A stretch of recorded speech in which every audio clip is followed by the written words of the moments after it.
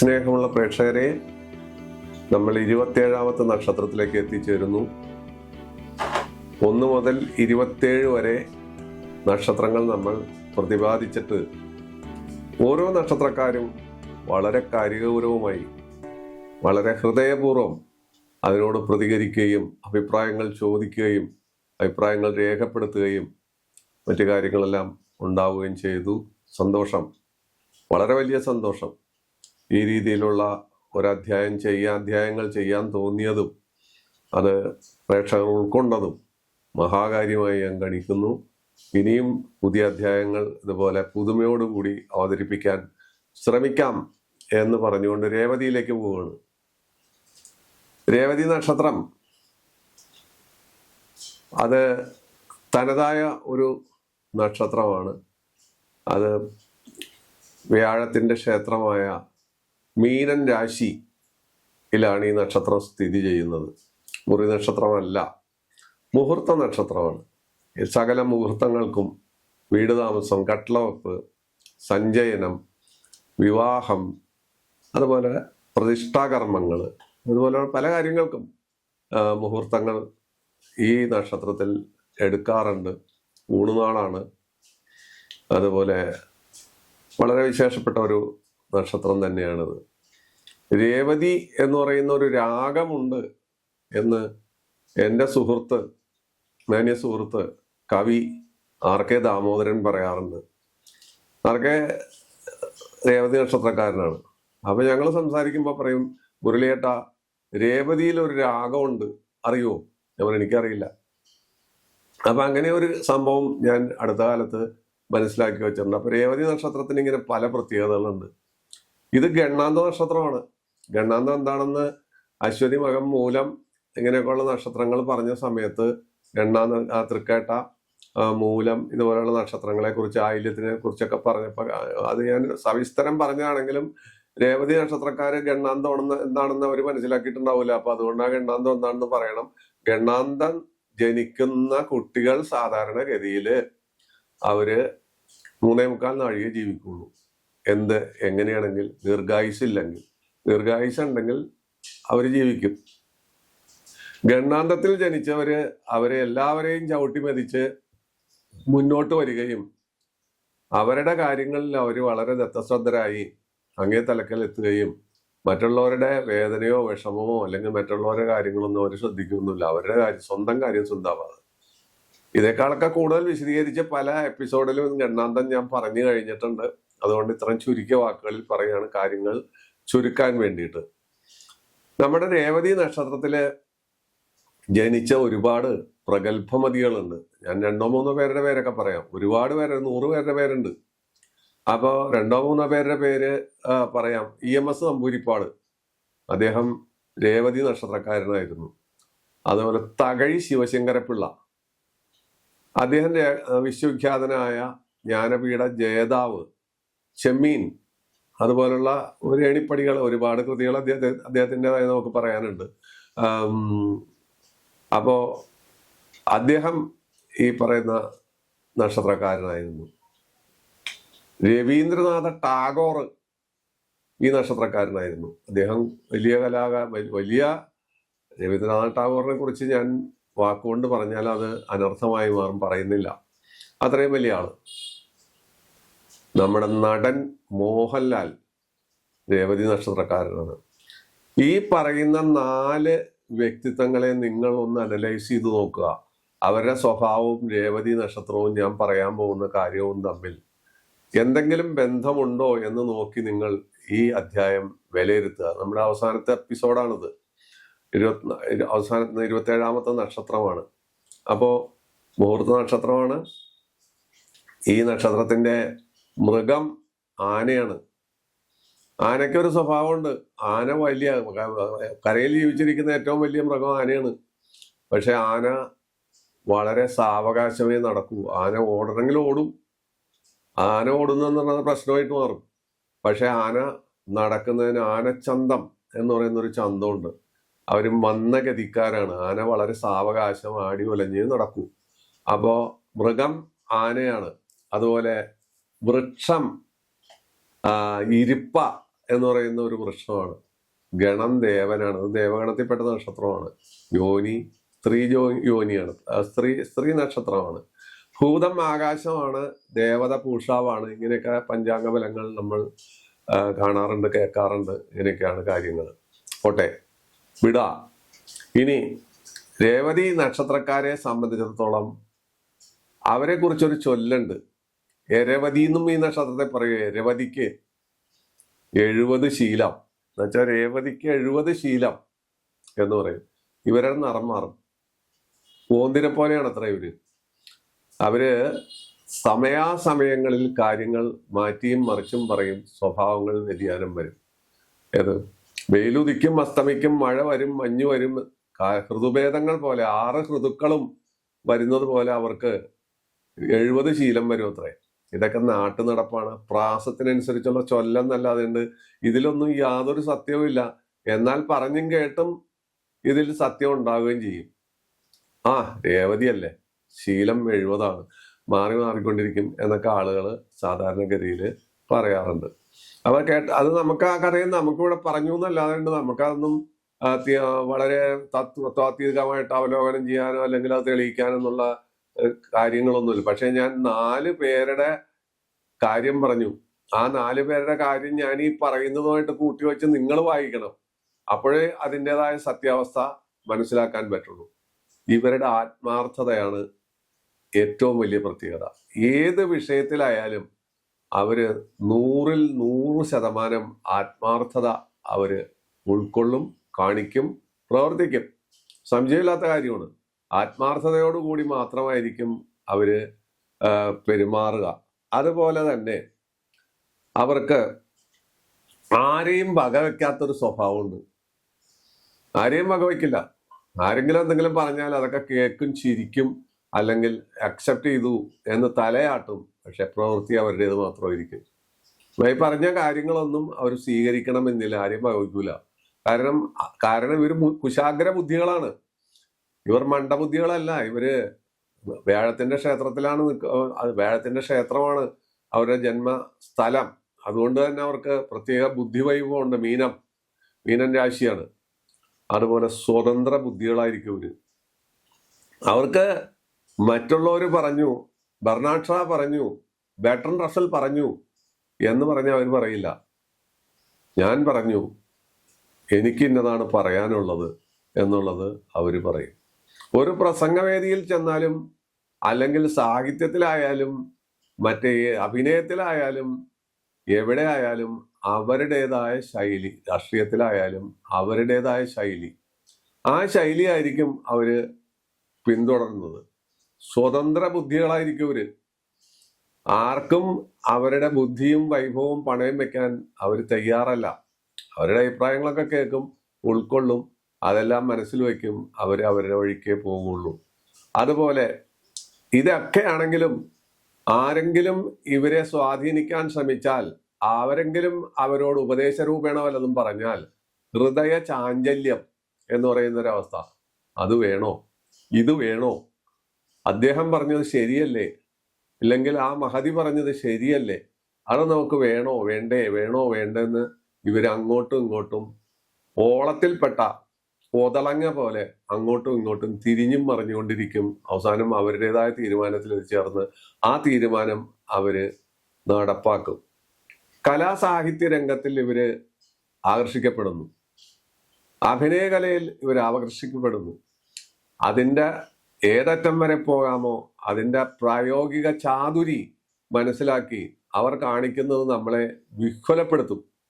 ഇപ്പൊ ഒരു അഭിനേതാവാണെങ്കിൽ ആ അഭിനേതാവ് നമ്മൾ പറഞ്ഞു കൊടുക്കുന്ന സ്ക്രിപ്റ്റിൽ പറയുന്ന കഥാപാത്രം എന്തെന്ന് പറഞ്ഞു കൊടുത്താൽ ആ കഥാപാത്രത്തിനെ മറ്റൊന്നാക്കി അവർ അവതരിപ്പിക്കുകയും നമ്മളെ അത്ഭുതപ്പെടുത്തുകയും ചെയ്യും.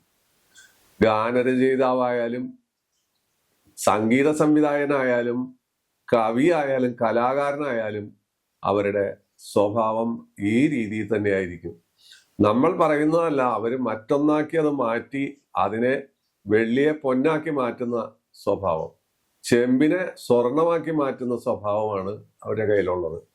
കലാ സാഹിത്യ രംഗത്തും മറ്റെല്ലാ രംഗത്തും അവര് തെളിഞ്ഞ് വിലസും എന്നുള്ളതാണ് ഏറ്റവും വലിയ പ്രത്യേകത. ശാസ്ത്രം, അതുപോലെ ശാസ്ത്രീയ ബോധം ഇവർക്ക് വളരെ വലുതാണ്. വിദ്യാഭ്യാസത്തിൽ അവർ മിക്കവാറും ശാസ്ത്രീയമായ വിദ്യാഭ്യാസമായിരിക്കും. ഫിസിക്സോ കെമിസ്ട്രിയോ അതുപോലെ എഞ്ചിനീയറിങ്ങോ, ആ എഞ്ചിനീയറിംഗിൽ തന്നെ അവർക്ക് ഇഷ്ടപ്പെട്ട വിഷയങ്ങൾ അത്തരത്തിലുള്ള വിഷയങ്ങളായിരിക്കും. അങ്ങനെ ഒരു പ്രത്യേകതയും ഇവർക്കുണ്ട്. പക്ഷേ ഇവരുടെ മൂക്കൊക്കെ കീഴ്പോട്ടായിരിക്കും. എല്ലാവരുടെയും മൂക്ക് കീഴ്പോട്ടാണ്. രേവതിക്കാരുടെ പ്രത്യേകിച്ച് കീഴ്പോട്ടാണ്. ആ മൂക്ക് കീഴ്പോട്ടായിരിക്കുന്ന രേവതിക്കാർക്ക് മുൻകോപവും കൂടും. പെട്ടെന്ന് കോപിക്കും. എന്തെങ്കിലും കാര്യം പറഞ്ഞാൽ അവർ പെട്ടെന്ന് കോപിച്ച് ആ മൂക്കായിരിക്കും ആക്ഷൻ കൊണ്ടുവരിക. അങ്ങനെ മൂക്ക് അങ്ങോട്ട് വിടർന്ന് വികസിച്ച് അവസാനം ആ കോപം തണുക്കുമ്പോഴായിരിക്കും അവര് ശാന്തരാകുന്നത്. പക്ഷെ ഇവര് ശുദ്ധഹൃദയരാണ്. ഈ കോപം നിമിഷ നേരത്തേക്കേ ഉണ്ടാവൂ. അത് കഴിഞ്ഞാൽ അവര് തണുക്കും. അവര് വളരെ ശാന്തമായിട്ട് പെരുമാറും, ബുദ്ധിപരമായിട്ടൊക്കെ പെരുമാറും. ഇവർക്ക് ബന്ധുഗുണം കൂടും. കാരണം ഇവർക്ക് പെരുമാറാൻ അറിയാം.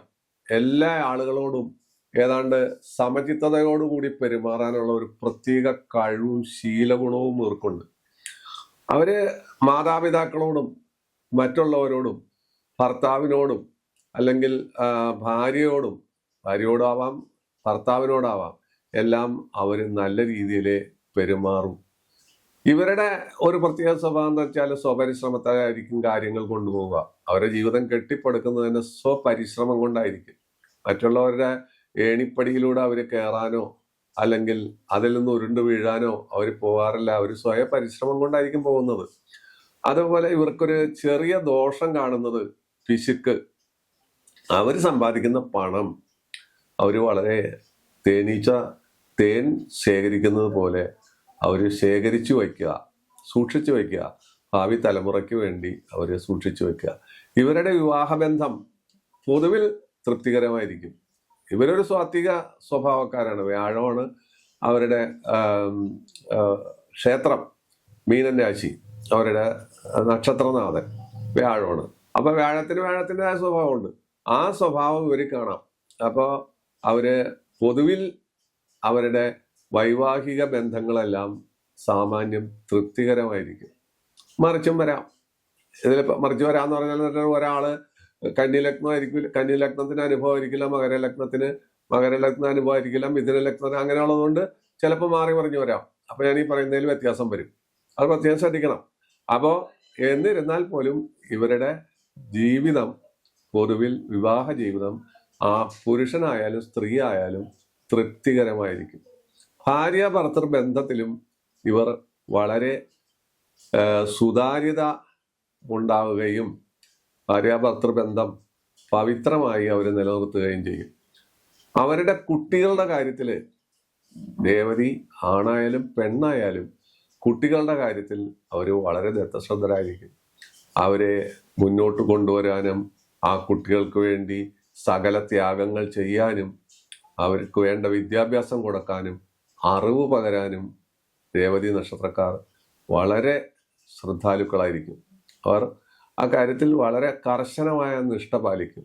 വിദ്യാഭ്യാസ കാര്യം അവര് താങ്കളുടെ പുരുഷനായാലും സ്ത്രീ ആയാലും അവരുടെ കുട്ടികൾക്ക് വേണ്ട രീതിയിലുള്ള മാർഗനിർദ്ദേശം കൊടുക്കുകയാണ് സാധാരണഗതിയിൽ അവരുടെ പതിവ്. അവര് അത്തരം കാര്യങ്ങളിലെല്ലാം വളരെ ശ്രദ്ധാലുക്കളാണ്. പൊതുരംഗത്ത്, പൊതുപ്രവർത്തനത്തിൽ ഇവര് മിടുക്കന്മാരോ മിടുക്കത്തികളോ ആയിരിക്കും. പക്ഷെ ഇവര് പറയുന്നത് അങ്ങോട്ടും ഇങ്ങോട്ടും മാറ്റിപ്പറഞ്ഞ് ഇതിന് വിരോധാഭാസം, പാരഡോക്സിക്കൽ എന്നെല്ലാം പറയാവുന്ന രീതിയിലുള്ള കാര്യങ്ങൾ പറഞ്ഞാലും ആ പറഞ്ഞ കാര്യം അവര് ന്യായീകരിക്കും. അതിനെ ന്യായീകരിച്ച് അവര് അതിനകത്ത് സത്യാവസ്ഥ ഉണ്ടെന്നൊക്കെ പറഞ്ഞു കളയും.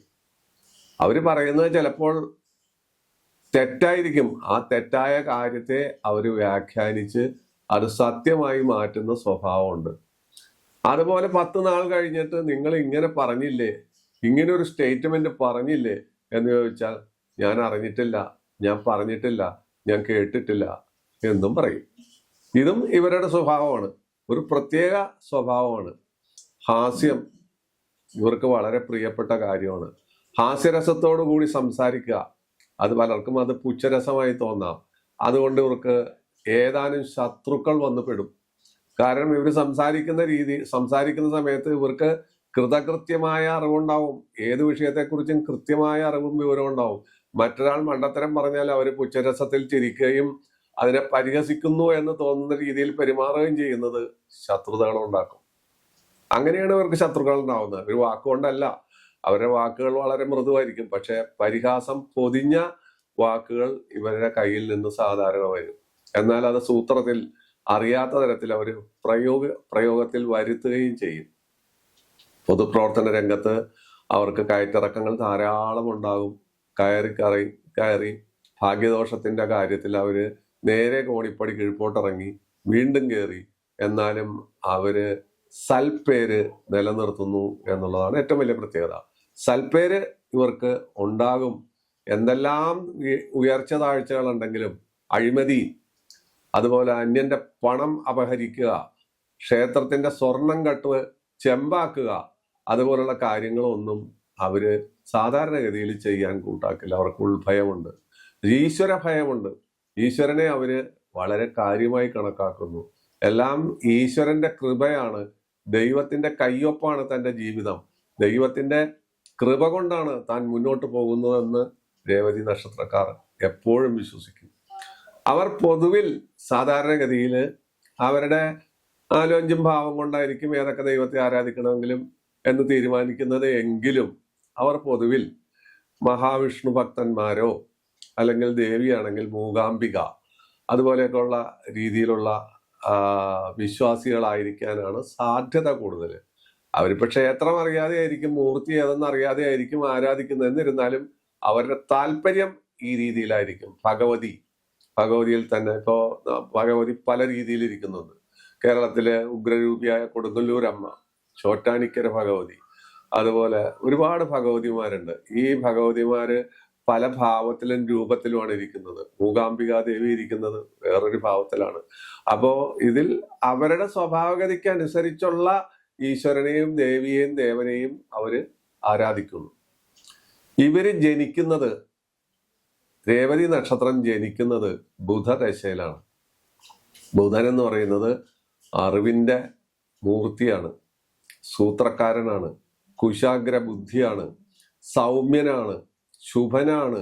അതുപോലെ ബുധൻ മാത്രം ഒരു ജാതകത്തിൽ നല്ല സ്ഥലത്ത് നിന്നാൽ മറ്റെല്ലാ ഗ്രഹദോഷങ്ങളെയും, പ്രത്യേകിച്ച് ലഗ്നത്തിൽ ബുധൻ നിൽക്കുക, അങ്ങനെ നിന്നാൽ സകല ഗ്രഹദോഷങ്ങളെയും കത്തിച്ച് ചാമ്പലാക്കി ആ വ്യക്തിയെ ഉന്നത സ്ഥാനത്തെത്തിക്കും. അറിവും ഐശ്വര്യവും അതുപോലെ നിഗൂഢ ശാസ്ത്രജ്ഞാനവും അല്ലെങ്കിൽ എഞ്ചിനീയറിംഗ്, ശാസ്ത്രഗതി മുതലായ കാര്യങ്ങളിൽ അവര് അദ്വിതീയരായി എത്തിച്ചേർക്കുകയും ചെയ്യുന്ന സ്വഭാവം ബുധനുണ്ട്. അപ്പൊ ബുധനാണ് നക്ഷത്രനാഥൻ. ജനിക്കുന്നത് ബുധദശയില്. അപ്പൊ ബുധദശയിൽ ജനിക്കുന്നത് കൊണ്ട് ചില്ലറ രോഗദുരിതങ്ങൾ ഉണ്ടായി എന്നല്ലാതെ മറ്റ് പ്രശ്നങ്ങളൊന്നും അവർക്ക് ഉണ്ടാകില്ല. അപ്പൊ ബുധദശയിൽ ജനിക്കുന്നതുകൊണ്ട് തന്നെ അവര് കുട്ടിക്കാലത്ത് തന്നെ അവര് പല കാര്യങ്ങളിലും ഒരു ഒരു ഒരു പ്രത്യേക സ്വഭാവം കാണിക്കും, അറിവിൻ്റെതായ ഒരു സ്വഭാവം കാണിക്കും. പുരാണങ്ങളെയോ അതുപോലെ അവർക്ക് ഇഷ്ടപ്പെട്ട സിനിമയോ ഏത് വശമാകാം, നാടകമാകാം, മറ്റു കാര്യങ്ങൾ എന്ത് വേണമെങ്കിലും ആകാം, അതിനെക്കുറിച്ചൊക്കെയുള്ള ഒരു ഒരു ഒരു അവബോധം അവർ കാണിച്ചുകൊണ്ടിരിക്കും. ബുധദശ വേണമെങ്കിൽ എത്ര കൊല്ലം വേണമെങ്കിൽ കിട്ടാം. 17 കൊല്ലം ബുധനിൽ 2 കൊല്ലോ 5 കൊല്ലോ 7 കൊല്ലോ 17-16 കൊല്ലോ ഒക്കെ കിട്ടാം. അത് ജനിക്കുന്ന ആ ലഗ്നത്തിന്റെ പ്രത്യേകത അനുസരിച്ചായിരിക്കും കിട്ടുന്നത്. അത് കഴിഞ്ഞാൽ പിന്നെ 7 കൊല്ലം കേതുവാണ്, കൊള്ളില്ല. കേതു നല്ല ദശയല്ല. കേതുവിന് ഹേതു വേണ്ട എന്നാണ് പ്രമാണം. വെള്ളം, തീയ്, ഗ്യാസ്, വൈദ്യുതി ഇതുപോലുള്ള പല തലത്തിൽ നിന്നും അപകടങ്ങളോ ആപത്തുകളോ പനി മുതലായ പകർച്ചവ്യാധികളോ ഒക്കെ ഉണ്ടാകാവുന്നതാണ് 7 കൊല്ലം. അത് കഴിഞ്ഞാൽ 20 കൊല്ലം ശുക്രദശ കിട്ടുന്നു. ആ ശുക്രൻ നന്നാവാൻ ചീത്തയാകാം. എത്ര നന്നായാലും ചീത്തയായാലും ശുക്രദശ തന്നെയാണ്. അതിന് അതിൻ്റെതായ ഒരു കുളിർമയും അതിൻ്റെതായ ഒരു സുഖകരമായ അന്തരീക്ഷം ഉണ്ടാവും. ആ സമയത്തൊക്കെ കല്യാണമൊക്കെ നടന്നിരിക്കും, അതുപോലെ ഉദ്യോഗം കിട്ടിയിരിക്കും, നല്ല നിലയിൽ എത്തിച്ചേർന്നിരിക്കും. ശുക്രദശ മിക്കവാറും പാപത്വം ഉണ്ടെങ്കിൽ പോലും ഗുണമേ കൊടുക്കൂ, ദോഷം കാര്യമായി കൊടുക്കാറില്ല. പിന്നെ ദോഷം കൊടുക്കുന്ന വല്ല ഡയബറ്റീസോ അതുപോലുള്ള മറ്റു വല്ല മൂത്രാശയ സംബന്ധമായ രോഗങ്ങളോ മറ്റു കാര്യങ്ങളൊക്കെയാണ്. എന്നാൽ സ്വർണവും ധനവും ജോലിയും മറ്റു കാര്യങ്ങളും ഒക്കെ ആ ദശ കൊടുക്കവർക്ക്. പിന്നെ ആദിത്യ ദശ വരുന്നു, നന്നാവാം ചീത്തയാവാം. പിന്നെ ചന്ദ്രദശ 10 കൊല്ലം വരുന്നു, അതും നന്നാവാം ചീത്തയാവാം. അത് ജാതകത്തിലെ സ്ഥിതി അനുസരിച്ച്. പിന്നെ ചൊവ്വാദശ 7 കൊല്ലം വരുന്നു, അതിന്റെയും അവസ്ഥ അങ്ങനെ തന്നെയാണ്. പിന്നെ രാഹുദശ 18 കൊല്ലം വരുന്നു. അങ്ങനെയാണ് ദശകളുടെ പോക്ക്. അതിലെത്ര ദശ കിട്ടും എന്നൊക്കെ പറയുന്നത് അവരുടെ ആയുസിന്റെ അടിസ്ഥാനത്തിലായിരിക്കും എന്ന് കൂടി ഓർത്തിരിക്കണം. ഇവരെ ഭരണി, രോഹിണി, തിരുവാതിര, ഉത്രാടം, ചിത്തിര മുതലായ നക്ഷത്രക്കാരുമായിട്ട് വലിയ അടുപ്പമൊന്നും കാണിക്കാറില്ല. അത്തരം നക്ഷത്രക്കാരുമായിട്ട് ഇവർ ബന്ധപ്പെടാറുമില്ല. ബന്ധപ്പെട്ടാലായിട്ട് ചൊവ്വാവാറുമില്ല. ഇതൊക്കെയാണ് ഈ രേവതി നക്ഷത്രത്തിന്റെ ഏകദേശ സ്വഭാവം. ഒരുപാട് പറയാം ഈ നക്ഷത്രത്തെ കുറിച്ച്, ഒരുപാട് പറയാം. പക്ഷെ അത് ചുരുക്കി ഈ രീതിയിലാക്കിയിരിക്കുകയാണ്.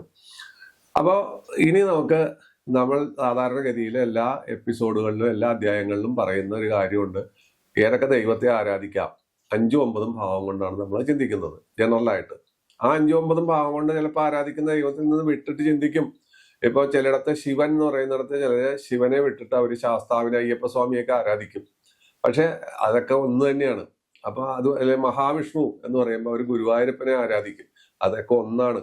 അതെല്ലാം ഒരേ കാറ്റഗറിയിൽ പോകുന്ന ദൈവങ്ങളാണ്. അപ്പൊ 5ഉം 9ഉം ഭാവം, അതുകൊണ്ടാണ് നമ്മൾ അത് പറയുന്നതെന്ന് ഓർക്കുക. പിന്നെ ഓരോ ലഗ്നത്തിനും ആരൊക്കെ ഗുണവാന്മാർ പാപന്മാർ എന്നുള്ളത് ചിന്തിക്കുന്നത് ആ ദോഷവശത്തെ പറ്റി മാത്രമേ നമ്മളിവിടെ പ്രതിപാദിക്കുന്നുള്ളൂ. അത് 3-ാം ഭാവാധിപത്യം, 2-ാം ഭാവാധിപത്യം, കേന്ദ്രാധിപത്യ ദോഷം, അത് 11-ാം ഭാവാധിപത്യം, അഷ്ടമാധിപത്യം ഒക്കെ വെച്ചിട്ടാണ് നമ്മൾ തീരുമാനിക്കുന്നത്. അത്രയെല്ലാം കാര്യങ്ങൾ വെച്ച് ഗണിച്ചിട്ടാണ് ഓരോ ലഗ്നത്തിന് ഏതൊക്കെ ദൈവം വരുന്നു, ഏതൊക്കെ ആളുകളൊക്കെ പാപന്മാരാവുന്നു എന്ന് നമ്മളിവിടെ സദാ പറഞ്ഞുകൊണ്ടിരിക്കുന്നത്. അപ്പോ ഇത് അവസാനത്തെ നക്ഷത്രമാണ്. അതിലും അത് വിടുന്നില്ല.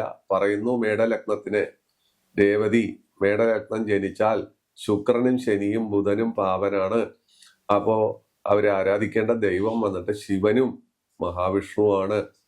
അത് ചുരുക്കത്തിൽ ഇത്രയും പറഞ്ഞാൽ മതി. ഇത് കൂടുതലായിട്ട് നമുക്ക് ഇനിയിപ്പോ വ്യാഖ്യാനിക്കേണ്ട കാര്യമില്ല. ഇടവ ലഗ്നത്തിനെ സംബന്ധിച്ച് വ്യാഴവും ചന്ദ്രനും പാവനാണ്. ശ്രീരാമനും ശിവനും അവർക്ക് ആരാധനാമൂർത്തിയായി വരും. മിഥുന ലഗ്നത്തിന് കുജനും രവിയും ഗുരുവും പാപത്വം ഭരിക്കുന്നു. ഗണപതിയും ഭഗവതിയും ശിവനും അവർക്ക് ആരാധനാമൂർത്തിയാകും. കർക്കടക ലഗ്നത്തിന് ശുക്രൻ പാവനാണ്. സുബ്രഹ്മണ്യനും ഭഗവതിയും മഹാവിഷ്ണു അഥവാ ഗുരുവായൂരപ്പനും അവർക്ക് ആരാധനാമൂർത്തിയായി വരും. ചിങ്ങലഗ്നത്തിനാകട്ടെ ബുധനും ശുക്രനും പാപത്വം ഭരിക്കുന്നു. അത് നേരത്തെ പറഞ്ഞു, അതിന് കാരണം പറഞ്ഞു എന്താണെന്ന്. അപ്പോ അവർക്ക് മഹാവിഷ്ണു, സുബ്രഹ്മണ്യനും ഭഗവതിയും ഇഷ്ടദൈവമായി ആരാധിക്കാം. കന്നി ലഗ്നത്തിന് ചന്ദ്രനും വ്യാഴവും കുജനും പാവനാണ്. ഗണപതി, ഭഗവതി, ശിവൻ ഇതെല്ലാം അവരുടെ ആരാധനാമൂർത്തിയാണ്. തുലാം ലഗ്നത്തിന് വ്യാഴവും രവിയും കുജനും പാപത്വം വരിക്കുമ്പോൾ ശിവനും ശ്രീരാമനും അവർക്ക് ആരാധനാമൂർത്തിയാകാം. വൃശ്ചിക ലഗ്നത്തിന് ബുധനും കുജനും ശുക്രനും പാവനാണെന്ന് നമ്മൾ നേരത്തെ കണ്ടുകൊണ്ടിരിക്കുന്നു. മഹാവിഷ്ണുവും ഭഗവതിയും അവരുടെ ഇഷ്ടദൈവമാണ്. ധനുലഗ്നത്തിന് ശുക്രനും ശനിയും പാപത്വം വരിക്കുന്നു. സുബ്രഹ്മണ്യനും ഭഗവതിയും ശിവനും അവർക്ക് ആരാധനാമൂർത്തിയാകുന്നു. മകരലഗ്നത്തിന് വ്യാഴവും കുജനും ചന്ദ്രനും പാപത്വം വരിക്കുന്നു. അവർക്ക് ഗണപതി, ഭഗവതി, ശ്രീരാമൻ മുതലായവർ ആരാധനാമൂർത്തിയാകുന്നു. കുംഭലഗ്നത്തിന് വ്യാഴവും ചന്ദ്രനും പാപത്വം വരിക്കുന്നു. ശ്രീരാമനും ഹനുമാനും ഗണപതിയും ഭഗവതിയും അവർക്ക് ഇഷ്ടദൈവമായി വരുന്നു. മീനലഗ്നത്തിന് ശനി, ശുക്രൻ, രവി, ബുധൻ മുതലായവർ പാപത്വം ഉൾക്കൊള്ളുമ്പോൾ ഭഗവതിയും സുബ്രഹ്മണ്യനും അവർക്ക് ഇഷ്ടദൈവമായി മാറുകയും ചെയ്യുന്നു. ഇതാണ് നമ്മുടെ ഓരോ നക്ഷത്രങ്ങളും ഓരോ നക്ഷത്രക്കാർക്ക് വരുന്ന ബുദ്ധിമുട്ടുകളും അവരാരാധിക്കേണ്ട ദൈവങ്ങളും അവരുടെ കാര്യങ്ങളും വീര്യങ്ങളും എല്ലാം നമ്മൾ പ്രതിപാദിച്ചു കഴിഞ്ഞു. ഇത്രത്തോളം സുദീർഘമായ 27 അധ്യായങ്ങളും എല്ലാവരും താല്പര്യപൂർവ്വം കാണുകയും അഭിപ്രായങ്ങൾ രേഖപ്പെടുത്തുകയും ചെയ്യുന്നതിന് സഹസ്ര കോടി നന്ദി അനുവാചകർക്ക് രേഖപ്പെടുത്തിക്കൊണ്ട് ഈശ്വരൻ ഇനിയും പുതിയ അധ്യായങ്ങൾ അവതരിപ്പിക്കാൻ വേണ്ട അവസരങ്ങൾ തരട്ടെ. സാക്ഷാൽ വൈക്കത്തപ്പൻ, ദക്ഷിണാമൂർത്തി, മൂകാംബികാദേവി നാവിലും ബുദ്ധിയിലും വന്നിരുന്ന് അനുഗ്രഹിക്കട്ടെ എന്ന് പ്രാർത്ഥിച്ചുകൊണ്ട് ഇവിടെ അവസാനിപ്പിക്കുന്നു. നന്ദി, നമസ്കാരം.